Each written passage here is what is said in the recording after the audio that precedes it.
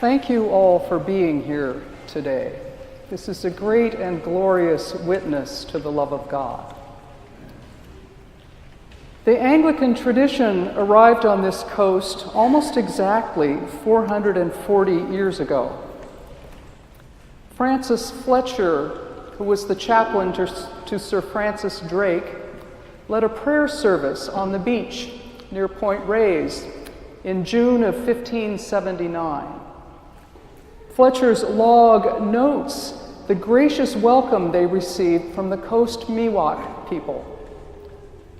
The Spanish called Drake El Draque, the dragon, because of his piracy against them. But on the Pacific coast, he met the indigenous inhabitants in peace and encouraged the chaplain to gather the crew for worship. Drake was the son of a farmer who was ordained a deacon and served as a vicar during Francis's childhood. Drake resisted his father's vocation, preferring to follow the sea. And while he wasn't exactly a prophet to the nations like Jeremiah, he was still a vessel of grace. Drake had the courage and drive to sail around the world for only the second time, and to learn all he could. And he had the grace and patience to meet the Miwok as friends. Often the example of others shapes our journeys more than their words do. And frequently it's the little things that we are little aware of that lead others to imitate and follow. Deacon Drake's example taught his son something about the dignity of other human beings, even if it wasn't wholly conscious. That witness is part of the long road that leads to today's ordinations. Hannah and Chris have built a remarkable friendship through their years of study. Their roots are in different cultures and contexts, yet they have come to affirm and celebrate the dignity of the other.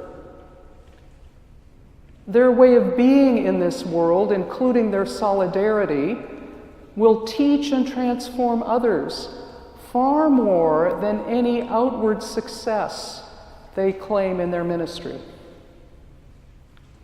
Hannah and Chris and the rest of us have dignity because we are all beloved of God, simply because we are, and loved in spite of what we do or don't do. Jeremiah's resistance to God's call is rooted in his fear of inadequacy. No, not me, I'm just a kid. That reluctance often comes from feeling unworthy, yet God still keeps calling. Sometimes we resist because we're not too happy about the gifts that God has given us. Yet when God reaches out and touches Jeremiah, that future prophet recognizes the abiding love of God and begins to answer. He discovers the courage and will to tell the people around him that they're going in the wrong direction.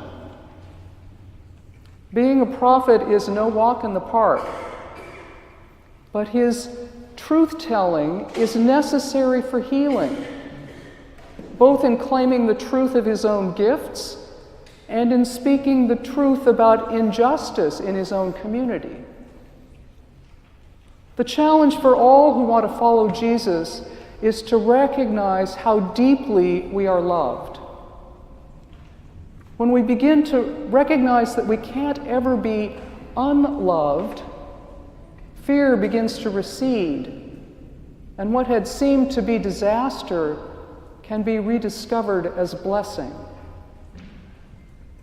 Yes, sometimes the gifts are unwelcome, like the gifts we bear from childhood, or career frustrations, or failed relationships. Resurrected life comes in discovering those wounds as they become creative and life-giving. Another Anglican sailor, 2 centuries after Drake, described that as, "I once was lost, but now am found." Following Jesus depends on being found in a relationship of knowing and being known. Jesus repeatedly claims that deep knowledge in his relationship with Abba. I and the Father are one. One in relationship, one in love, and one in deed to love the world God has made. Jesus loves his followers in deep and eternal ways and challenges us to seek deeper love when those relationships get distorted. We heard him say, "The greatest among you must become like the youngest, and the leader like one who serves." Think about the youngest, like George over there. They have the gifts of awe and wonder, curiosity, openness to the new, living in the moment, unconcerned about the future, and confident that their needs will be answered. Most of George's elders spend ourselves in fret and worry about what tomorrow will bring. Children don't fret until they're hungry or exhausted. Yet they still have to learn how to share and serve. And some never do because those basic needs weren't adequately met. We can't serve if we're worried about getting enough for ourselves. We have to know that we're loved always and in all ways. And that's what those words in Timothy's letter are about. They sound like complaints about the leadership. Get real. This guy can't even see that people need help. That one won't tell the straight truth. These folks are distracted by wine or money. Those lapses are all about loving others less than self. And then the author says, they must hold fast to the mystery of the faith with a clear conscience, and let them first be tested. How would you name that mystery? It's not just Chris and Hannah who have to be ready.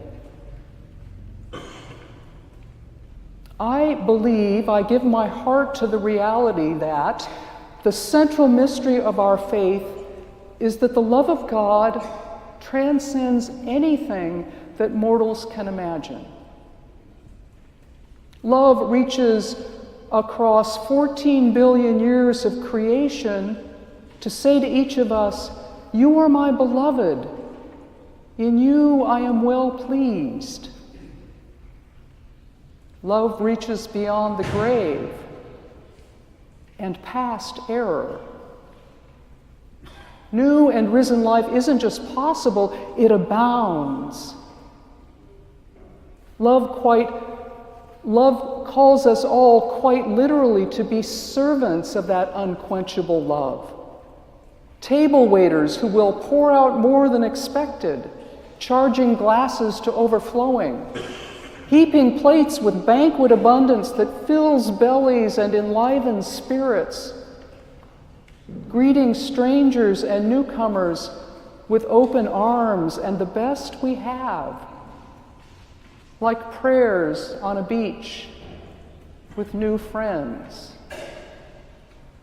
Even laundry love, pouring out rivers of quarters for those who seek the dignity of clean clothes.